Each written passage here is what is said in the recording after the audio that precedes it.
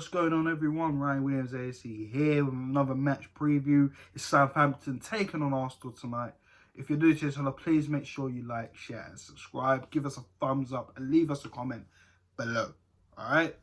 Now, let's look at the cup game for a wee bit. Because, of course, we just played Southampton this weekend.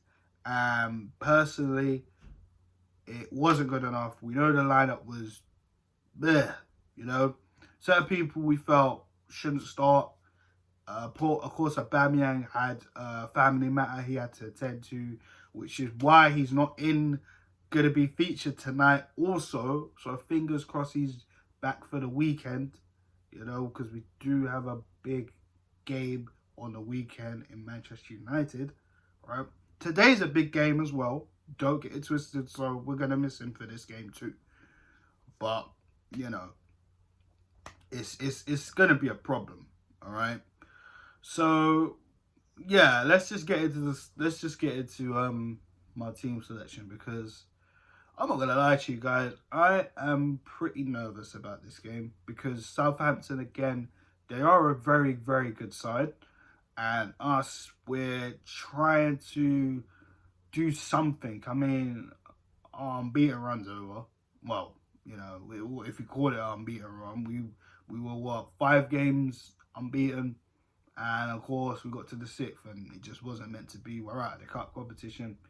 It is what it is. I'm not very happy with it, and I'm not very happy with certain sections of the fan base saying, oh, it's only the FA Cup, we've won it already, let's just concentrate on the league. There's no guarantee, because if we finish outside of the Europa spots, then what? What's everybody going to say now?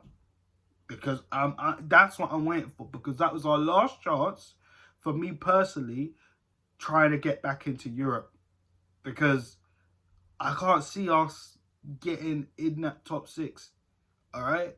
And I'm going to be honest, 5th, 6th and 7th, it's going to be tough to even get there. Obviously, the goal is Champions League football, but that's even more tougher if you look at the teams above us. I mean, they're in good form. You know, certain teams are in good form. That's why they're up there. Do you know what I mean? But again, everyone's losing, everyone's winning, so it's tough. It's very tough, and for us, we need to get some consistency in the league. Yes, we've been undefeated in a few games. We've won pretty much all our league games, barring Crystal Palace. So it's gonna be tough tonight against Southampton. And yeah, let's just get into my starting 11. So of course, Leno's going to be in goal. I think he's had a very good season so far. He's been doing things a little bit more different. He's not playing the ball out from the back a lot, like we did see under Unai Emery, and a little bit of last season as well. He's not so much reliant on that, which I think is a lot more better. It takes the pressure off the centre-backs, because they were making quite a lot of mistakes when they came to playing the ball out from the back. But yeah, and I see a lot more in command. I see a lot more commanding from Bernd Leno, which is good. You know, like I said, when you think about it, in the last couple of games, he's been one of our best players, which is great to hear from our goalkeeper. But yeah, Bernd Leno in goal for me. There's no brainer about that. On the right, this is going to be difficult, because I also saw on Arsenal's website that Kieran Tierney might not be 100% fit to play because of his right. He's got a little strain in his right knee or his right leg. But personally, if he's okay, then I'm going to start him anyways and see how that goes, and maybe bring him off a little bit later to rest him. Because again, Man United on Saturday, that's going to be a big game. We're going to need our big game players for that, as well as tonight. So Tierney starts for me. On the right is going to have to be Cedric. I felt Bellerin wasn't good enough on the cup game. I didn't really mention that in the cup review. I felt Bellerin was pretty much missing throughout the game, if I'm honest. Didn't really do enough. Didn't really do enough to help Pepe out either on that right-hand side. But yeah, and he was the captain, and I felt he didn't really do much things that felt like, yeah, you deserve to be the captain today. But you know, that's just what it is. We're head to Bellerin. The centre-back pairing. Now I'm gonna keep Rob Holding in there, because so far he's been okay. I'm not gonna grill him, you know. because since he signed that new contract, a lot of us have been thinking, okay, well, you need to prove to the rest of the fans why you're worth keeping, you know. And so far, he's been all right. Fair play to him. Now, it's alongside him. What do we do? Now, Mary's out still, as we know. Do we bring back David Luiz? Because Gabriel had a shocker that weekend. Look, I mean, and to be fair to Gabriel, he's just come back. So, is it fair to drop him? I don't think so. I think I'm going to stick with Gabriel on this one. I know he had a poor game, but I mean, he's been one of our better centre-backs this season before he got taken out of the team due to COVID. So, yeah, I'm going to keep the back line as Rob Holding, Gabriel in the middle, and on both wing-backs, it's Cedric and Tierney. Now, in the middle of the park, Holding-wise, I'm going to have Thomas Partey there.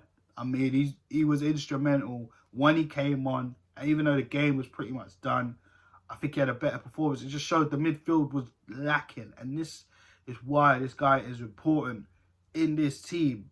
We definitely need to go out there and get another midfielder that can complement him. We know Xhaka and El Neni are not good enough. So Bias is out. So what do we do here? If we really have to pick someone, I hate to say it, I'm going to have to put Xhaka next to him, man. I think El Nene, for me, he just makes too many mistakes lately. Xhaka's been decent at best. And you know how I feel about Xhaka. He's not my favourite player. But, I mean, he's been better than El Nene has slipped off. He slipped off, and El Nene's not even that good enough either. Do you know what I mean? It's a tough one to call. So, going on form, I'm going to have to give it to Xhaka next to Partey. And in front of them, of course, Emile Smith-Rowe. On the flanks, Bukayo Saka on the right. I mean, him and Smith-Rowe have been absolutely amazing since they've come. Well, since Smith-Rowe's come into the side, I think Saka's turned up his game even more. Smith-Rowe has been integral to the way we play, just finding pockets, going into spaces, creating more chances, which is what we've been missing this season. But obviously, Emile Smith-Rowe was injured earlier on in the first part of the season, so there's that. You know what I mean? So a lot of Arsenal fans are kind of saying, why did he not start the season? Because he was injured. That's why. You know, and then he's been playing with the under-23s to the point where it's like, okay, well, we're going to need you now. And then from the Chelsea game, it's just been Emile Smith-Rowe has to be there. Simple as that. Now, on the left, I'm going to pick Gabriel Martinelli because, for me, he didn't really have that much of a good game against Southampton. Reasons why he got dragged off. Personally, I would have dragged Willian off. I think Willian had more of a stinker than Gabriel Martinelli.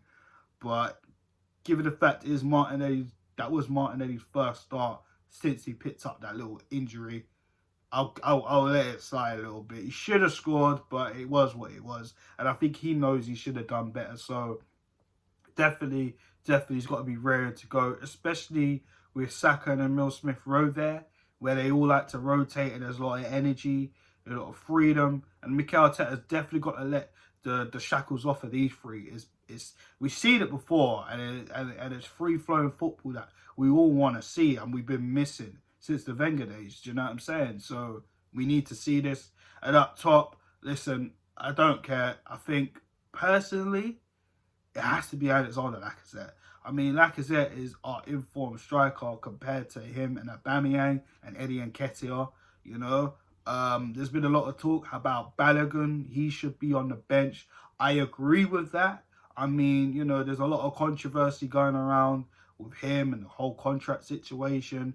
And, of course, over the weekend, the social media situation where, you know, he posted his highlights, or whoever's in charge of his Instagram decided to post his highlights during the Southampton game or after the game, which left a lot of gooners with a lot of bad taste in their mouths. Some of them were like, well, this is why we should have played him instead of Eddie. And then there was other people, that were saying, oh, that's just you're being snobby now. We don't want you here. And it's just an absolute mess right now with the whole Balogun situation. Personally, I think we should put him on the bench.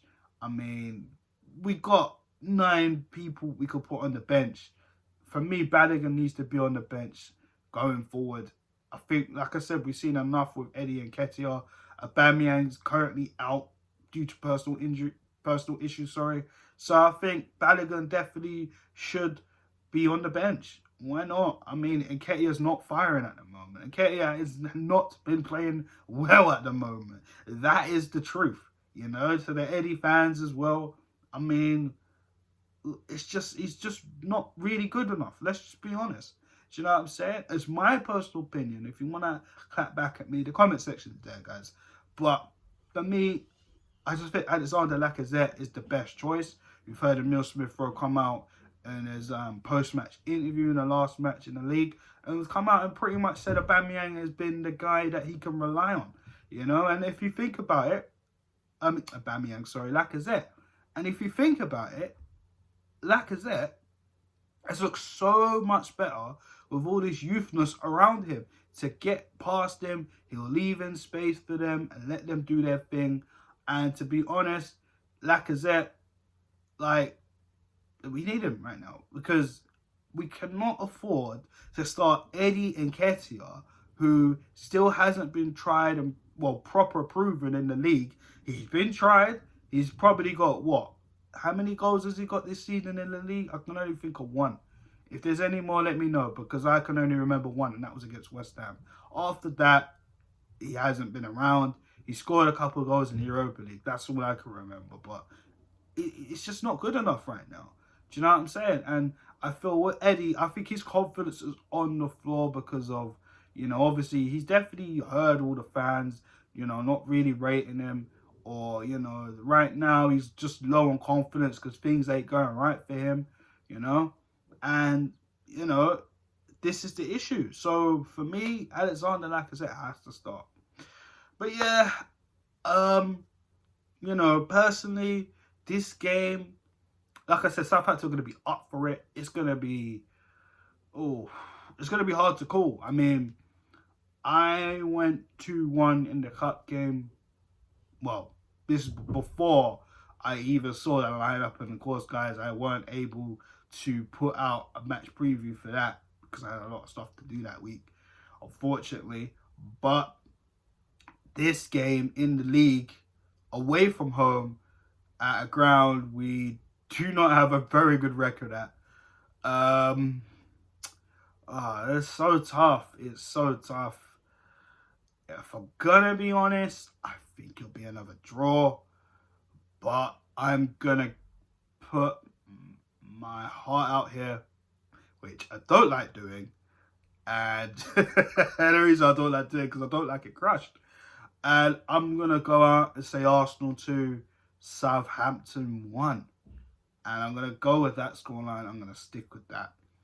So, guys, let me know your thoughts in the comment section on my lineup, my score prediction. And what's your lineup and your score prediction? Let me know your thoughts in the comment section. And, of course, with all the news and speculation that's going around with all the outgoings, we know it seems that Squadron Mustafi might be next on the hit list.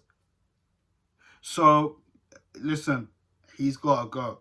He's got to go. Most of his friends are out the door. Ozil's gone. Socrates is gone. Kolasinac is on loan. He's next. He has to be next. I'm glad that Arsenal are clearing out the deadwood now. But this should have happened already. This should have happened even before Mikel Arteta even walked through the door. It's as simple as that. But yeah, I digress, guys. Like I said, like, share, and subscribe on the video. Give my video a thumbs up, of course. Leave your thoughts in the comment section, scoreline prediction, and your team sheet. And I'll be back after the game with the match review, guys. So have a good afternoon and come on, Arsenal!